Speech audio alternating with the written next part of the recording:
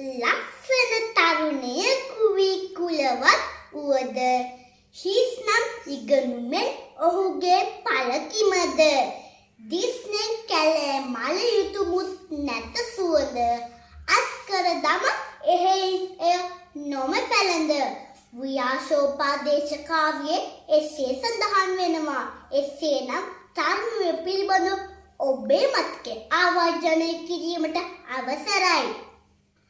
උත්තරීතර බුද්ධත්වයට පත් වූයේ සිද්ධාර්ථ නම් තරුණේ.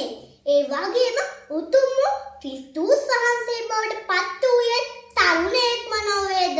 අපගේ ජීවිතයේ ජව සම්පන්නම කාලය තරුණයයි. අපි හැමෝම යම් දිනක තරුණය පසු කරනවා.